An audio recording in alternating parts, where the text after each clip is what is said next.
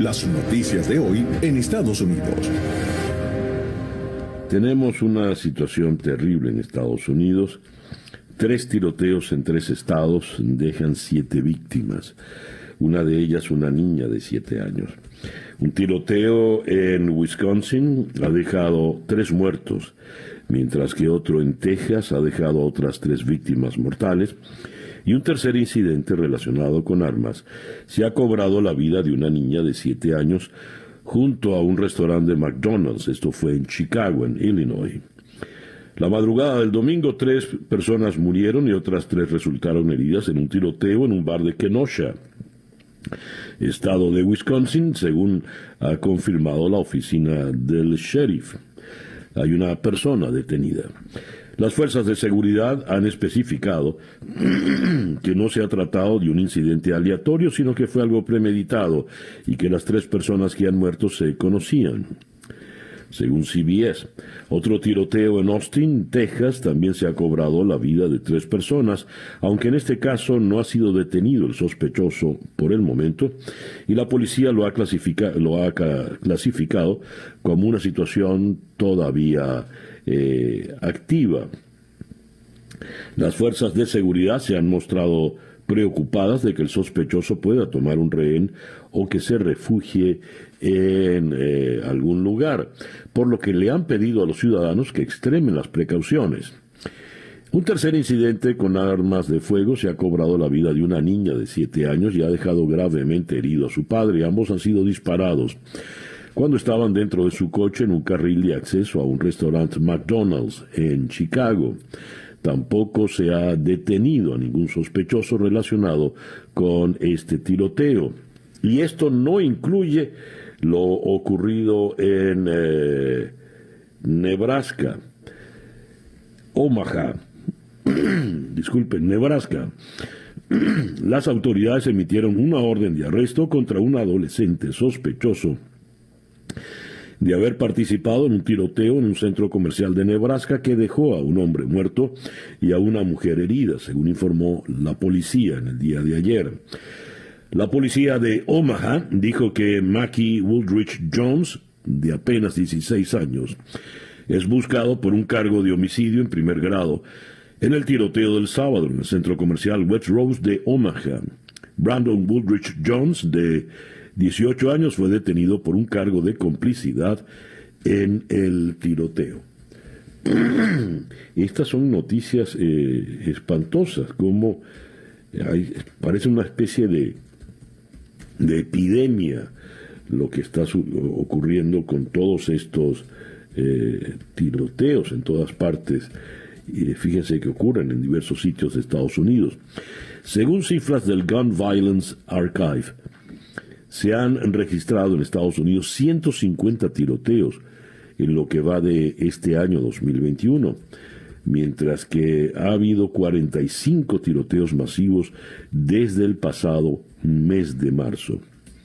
Durante todo el 2020 hubo un total de 610 incidentes de este tipo en el país, frente a los 417 del 2019. Los recientes ataques de las últimas semanas han vuelto a poner sobre la mesa el debate de la posesión de armas en Estados Unidos y han llevado al presidente Joe Biden a plantear una serie de reformas, entre ellas una revisión más exhaustiva de los antecedentes. No obstante, las propuestas de Biden se enfrentan a una barrera casi impenetrable en el Senado, donde los demócratas ostentan no ostentan una holgada mayoría, por lo que necesitarían convencer al menos a 10 republicanos que dieran luz verde a estas reformas. Y tenemos en otras informaciones, por ejemplo, veo en la primera página del The New York Times que la ciudad de Minneapolis se prepara para el veredicto. Temen que pueda haber violencia una vez que se conozca el veredicto. Llega la hora de los alegatos finales en el juicio contra Derek Chauvin. El juicio contra el ex oficial de policía Derek Chauvin, principal acusado de la muerte de George Floyd, entra en su etapa final hoy en una corte de Minnesota en donde ambas partes presentarán sus últimos alegatos. Luego, los miembros del jurado comenzarán sus deliberaciones para llegar a un veredicto contra el ex oficial de la policía de Minneapolis. Chauvin está acusado de los delitos de asesinato en segundo grado, penado con hasta 40 años de cárcel, asesinato en tercer grado con una condena máxima de 25 años y homicidio en segundo grado que acarrea hasta 10 años de privación de libertad. Sin embargo, como no tiene antecedentes penales, solo podría ser condenado a un máximo de 12 años y medio de prisión por los dos primeros cargos y a 4 años de cárcel por el tercero. Los ojos del país se centran en la Corte, en donde el caso que generó protestas a lo largo y ancho de Estados Unidos entra ya en su etapa final. El ex policía se amparó el jueves en la quinta enmienda de la Constitución y le dijo al juez que no testificaría. Esta hubiera sido la primera vez que Chauvin contara públicamente su versión de los hechos. La defensa de Chauvin solo utilizó 2 días para exponer sus argumentos, mientras la Fiscalía se tomó más de 2 semanas, en las que varios testigos prestaron testimonio y se mostraron videos inéditos de la muerte de Floyd. Ambas partes terminaron de exponer sus argumentos con varios testigos mientras preparan sus alegatos finales para hoy, cuando intentarán convencer al jurado con sus argumentos. Esta pues es la situación y por ello se preparan en la ciudad de Minneapolis para lo que pueda venir luego de conocido el veredicto. El reloj indica que en este momento ya son las 7:17 de la mañana. Capicúa. Estas son las noticias de Venezuela. A ver, médicos y enfermeras protestan en Venezuela para exigir vacunas. Unos 150 trabajadores de la salud se movilizaron el sábado hacia la sede del Programa de Naciones Unidas para el Desarrollo, PNUD, en Caracas, para exigir se permita el ingreso de vacunas al país y que no se nos muera ningún paciente, dijeron. SOS, vacunas ya, se leía en uno de los carteles exhibidos en las protestas de médicos y enfermeras en Venezuela en demanda de vacunas contra el COVID. Movilización acompañada por dirigentes políticos y activistas de oposición. Hasta el momento, en medio de una nueva ola de COVID-19, el gobierno de Venezuela ha informado de la llegada al país de 300.000 dosis de vacunas rusas Sputnik V y 500.000 del laboratorio chino Sinopharm. No hay reportes del número de inoculados durante el proceso de vacunación iniciado en febrero pasado. Hoy Venezuela enfrenta una pandemia, un enemigo invisible y exige salvar vidas, declaró Juan Guaidó. El político, que usaba un tapabocas con la frase vacunas ya, ha pedido a Naciones Unidas que interceda ante el gobierno de Maduro para que permita el ingreso de los viales al país. Vacunas sin mezquindad, no más muertes, se leía en otras pancartas. Maduro, por su parte, anunció que la prioridad en el plan de vacunación estaría inicialmente en médicos y trabajadores del sector salud y maestros. Ya el mandatario se vacunó, ni es médico ni es maestro, ¿no? El gremio médico, en contraste, denuncia retrasos. La ONG Médicos Unidos sostiene que más de 480 trabajadores de la salud han fallecido en Venezuela, un país de 30 millones de habitantes, en el que las autoridades reportan 180.609 casos confirmados y 1.870 muertes hasta el pasado viernes. Balance cuestionado por organizaciones como Human Rights Watch por considerar que existe un elevado subregistro. El recrudecimiento de la pandemia se produce cuando Venezuela anunció haber pagado $64 millones, más de la mitad del monto requerido para comprar 11.300.000 dosis de vacunas a través del mecanismo COVAX. Ninguna de esas vacunas ha llegado todavía a Venezuela. Tengo en otra información, esta viene de la Deutsche Welle. Juan Guaidó sustituye a cargos de comisión para tomar el control de Telesur.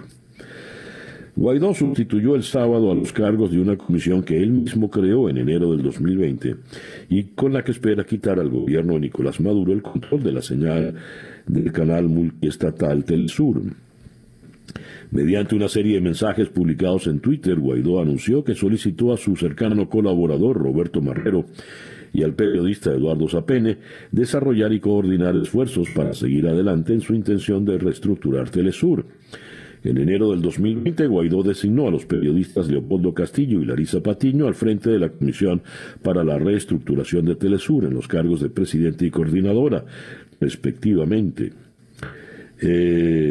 Guaidó dijo que los relevados Castillo y Patiño dieron pasos para enfrentar la censura y la desinformación y abonar el camino en la información veraz sobre la situación que atraviesa Venezuela.